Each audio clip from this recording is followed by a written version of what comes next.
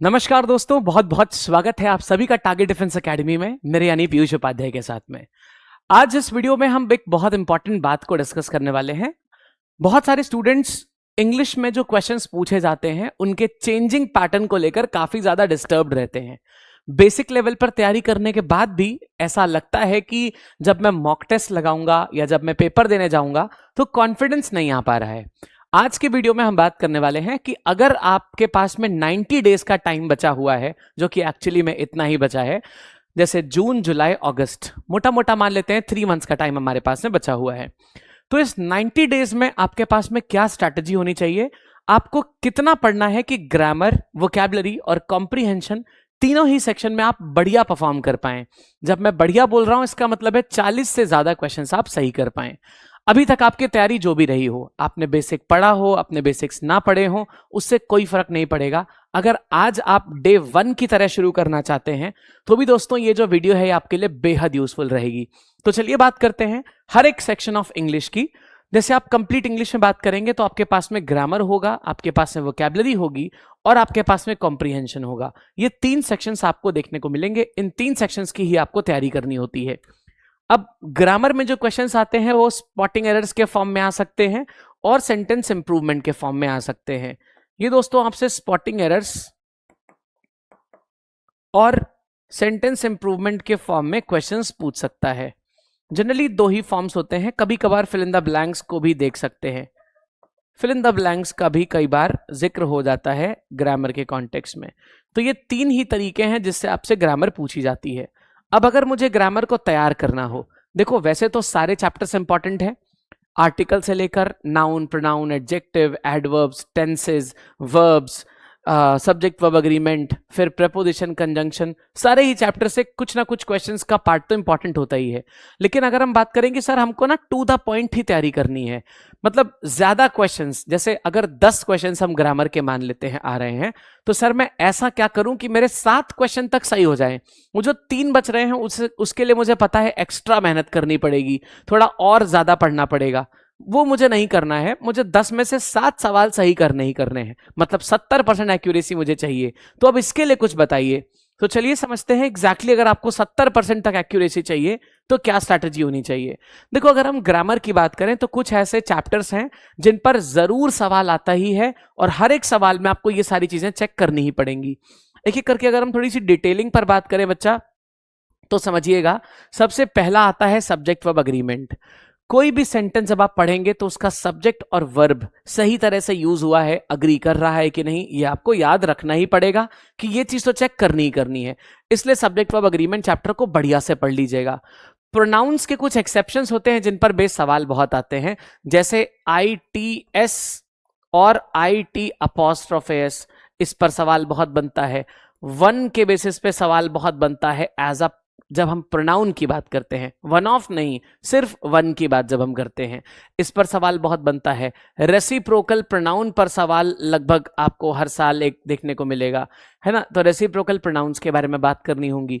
तो प्रोनाउंस में ये 3 चीजें आपको बढ़िया से पढ़नी होंगी। अभी प्रोनाउंस में एक और कॉन्सेप्ट आता है जिसको रिलेटिव प्रोनाउंस कहते हैं और इसका यूजेज। रिलेटिव प्रोनाउंस में who, which, what, where, when, why, how, ये सारे वर्ड्स आते हैं। अब इनका यूज और इन पर बेस सवाल, ये पिछली बार 3 से 4 सवाल इसी पर बेस पूछे गए थे और लगभग हर साल 1-2 सवाल तो आता ही है। इसमें क्या होता है, रिलेटिव प्रोनाउन के लेफ्ट साइड वाला सब्जेक्ट इसके राइट साइड वाले वर्ब से अग्री नहीं कर रहा होता है। यही चीज आपको मैच करा के कई बार नंबर मिल जाते हैं। तो रिलेटिव प्रोनाउन और उसके यूजेज पे अगर आप ध्यान देंगे तो आपका 2-3 क्वेश्चन यहां से पक्का बन जाएगा। Prepositions one of the most important things में से ये होता है क्योंकि सबसे कंफ्यूजिंग होते हैं, कुछ फिक्स्ड होते हैं, तो बच्चों को कंफ्यूज करने के लिए एग्जामिनर इसका यूज करते हैं। फिर आर्टिकल्स और एडवर्ब्स देखिएगा। आर्टिकल्स में ए और एन को कहां कहां पर यूज किया जाता है, इसके लिए मेजरली क्वेश्चंस आपको मिल जाते हैं। दूसरा, सुपरलेटिव डिग्री के साथ में द का यूजेज पे क्वेश्चंस आपको मिल जाते हैं। कई बार क्वेश्चंस कुछ फ्रेजेस जो बने हुए हैं उन पर बेस भी मिलते हैं, जैसे a bird in the hand is worth 2 in the Bush. अब क्वेश्चन आ गया a bird in hand is worth 2 in the Bush, तो यहां पे आर्टिकल रिमूव कर दिया और आपसे यही गलती पूछ ली। ऐसे एडवर्ब्स में देखिएगा क्या क्या पूछा जा सकता है। जब कभी एडवर्ब से सेंटेंस की स्टार्टिंग होती है जैसे हार्डली, रेयरली, बेयरली, स्कार्सली, तो इस टाइम पर इन्वर्जन वाला रूल यूज होता है। और एक चीज हम यूज करते हैं पेयरिंग वाली। तो ग्रामर के कॉन्टेक्स्ट में इतनी चीजें आपके लिए बेहद इंपॉर्टेंट रहती हैं। अगर आपने ये सब कुछ पढ़ लिया है तो ये मान के चलिए कि 10 में से 7 क्वेश्चंस तो आप सही कर ही लेंगे, है ना। बाकी बचे हुए 3 क्वेश्चंस के लिए आपको बाकी चैप्टर्स को भी ब्रश अप करना पड़ता है। देखो, अगर मैं वर्ब्स की बात करूं और टेंसेस की बात करूं, तो सब्जेक्ट वर्ब अग्रीमेंट जब आप पढ़ेंगे ना, तो वर्ब्स के बारे में आपको अच्छा खासा ऑलरेडी ज्ञान होता है। तो अब वर्ब से ज्यादा इन्होंने सब्जेक्ट वर्ब अग्रीमेंट पे क्वेश्चंस पूछना शुरू कर दिया है।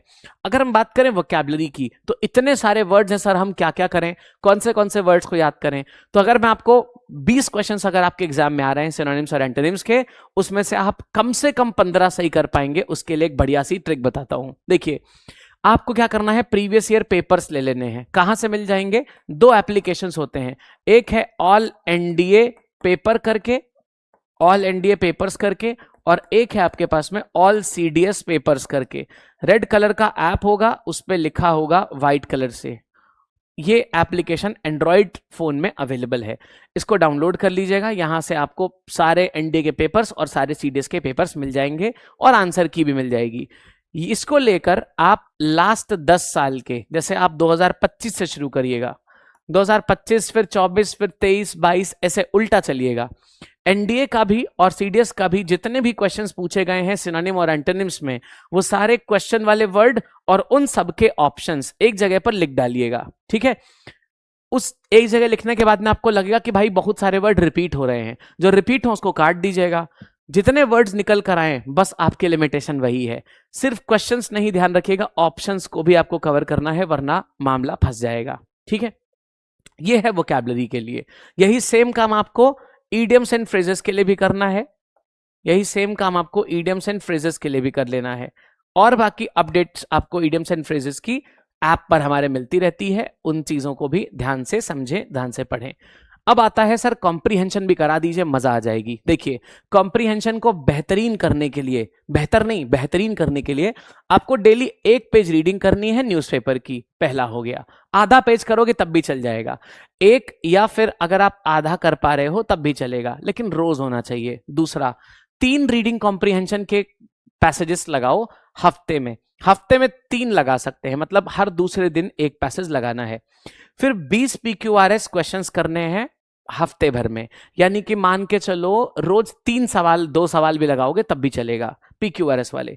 और 3 क्लोज टेस्ट आपको प्रैक्टिस करना है हर हफ्ते, एवरी वीक।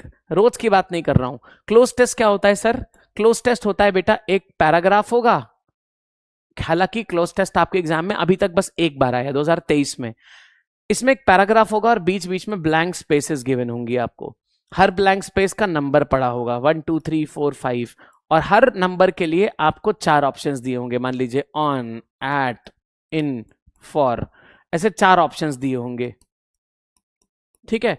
आपको फिल करना होगा कि यहां पर पूछा होगा 1 वाले ब्लैंक में बताओ क्या भरा जाएगा, 2 वाले ब्लैंक में बताओ क्या भरा जाएगा। तो 1 के लिए अलग ऑप्शंस, 2 के लिए अलग ऑप्शंस, ऐसे हर ब्लैंक के लिए अलग अलग ऑप्शंस दिए होते हैं। बाकी जगह पर सेंटेंस लिखा होगा, आपको गेस करना होगा कि इस ब्लैंक में कौन सी चीज में भर दूं तो ये सेंटेंस सही हो जाएगा। इसको क्लोज टेस्ट कहते हैं। तो इस तरीके से आप अपने तीनों सेक्शंस, ग्रामर, वोकैब और कॉम्प्रिहेंशन को प्रिपेयर कर सकते हैं। कमेंट्स में मुझे बताइएगा आपको अगर किसी भी सेक्शन में प्रॉब्लम होता है तो उस पर बेस्ड कंटेंट या फिर उसके क्वेश्चंस मैं आपको प्रोवाइड कर दूंगा। और जरूर बताइएगा कि आपकी तैयारी कैसी चल रही है। कुछ और स्ट्रैटेजीज पे अगर आपको प्रॉब्लम आ रही हो तो मुझे जरूर बताइएगा, मैं आपकी क्वेरीज को नेक्स्ट वीडियो में जरूर सॉल्व करूंगा। All the best guys, thank you and take care.